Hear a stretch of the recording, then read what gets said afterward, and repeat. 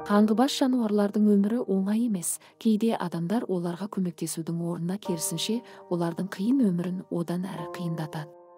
Жақында Ресейдің Омск қаласының тұрғындары аузына металдық конструкторды тасып жүрген итті байқайды.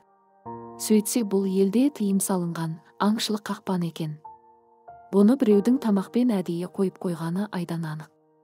Осылай аш ит қақпанға түсіп қалған секілді. Ит осылай аузындағы қақпанымен бір аптадай жүрген. Оған жаны ашыған әжелер тамақ лақтырған, алайда иттің оны жеуге мүмкіндігі болмай, тек табанымен сипалап көзінен жас аққан екен.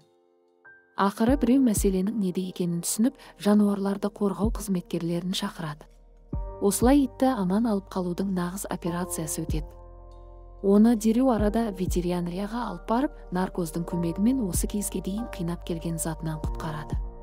Ит бірнеше уақыт тамақсыз жүргендіктен әбден әлсіреген.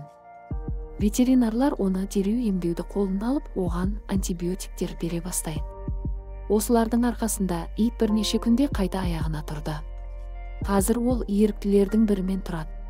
Әзірге оған қауіптерден қорған, оған барлық қамқорлығын көрсететін жаңа үй іздеуде. Егер осындай видеоларды жиі көргіңіз келсе, каналға жазылып, лайк басуды ұмытпаңыз. Қоңыраушаны қосып қойыңыз. Сіздермен бірге болған оқиғалар